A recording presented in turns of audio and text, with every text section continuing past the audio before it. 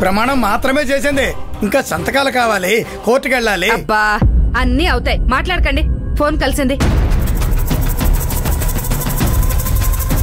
Hello పంతులు గారు, వచ్చే రోజుల్లో ఏ తేదీన మంచి ముహూర్తం ఉందో కాస్త చూసి చెప్పండి. మా అబ్బాయికి పెళ్లి ముహూర్తం పెట్టాలి. పెళ్లి ముహూర్తం పెట్టి ఇటు వచ్చినప్పుడు మీ ఫీజు అది తీసుకెళ్ళండి. ఉంటానండి.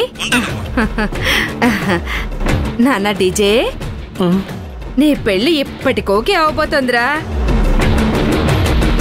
ఇప్పటికి కూడా కాదు మమ్మీ. విడాకులంటే తమలపాకలు కాదు, మడత పెట్టి నోట్లో వేసుకొని నమలడానికి.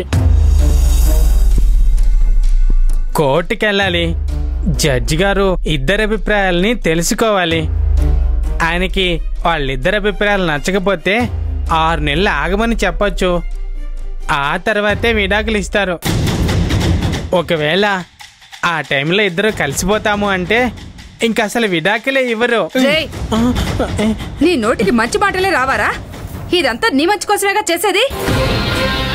నువ్వు నీ కొడుకు మంచి కోసం చేస్తున్నావేమో. నువ్వు చేయాలనుకునే పని వల్ల మా అక్క, మా అమ్మ, నేను చాలా బాధపడుతున్నాం. పెద్దవాళ్ల మధ్యలోకి దూరొద్దని నీకు చాలా సార్లు చెప్పాను. ఇక్కడ నాకు ప్రాబ్లం జరుగుతున్నప్పుడు ఖచ్చితంగా మాట్లాడతాను. ఇది మా ఇల్లు. నువ్వు మా ఇంట్లో ఉంటూ మా అమ్మనెందుకు బయటికి ఎడుతున్నావు? మీ అక్క సత్యతో విడాకుల కాగితాల మీద సంతకం చేయించుకుని తెస్తానంది, తీసుకురాలేదు. అందుకే మీ అమ్మను బయటికి పంపించాను. ఒకటి గుర్తుపెట్టుకో, నువ్వు మా ఇంటి మీద పడి బతుకుతున్నావు ఇప్పటికీ. నువ్వు చాలా ఎక్కువగా మాట్లాడుతున్నావు. ఇది మా అన్న ఇల్లు, నాకు ఆయన డబ్బులు ఇవ్వాలి. ఒక్కటి గుర్తుంచుకో, మళ్ళీ చెప్తున్నాను.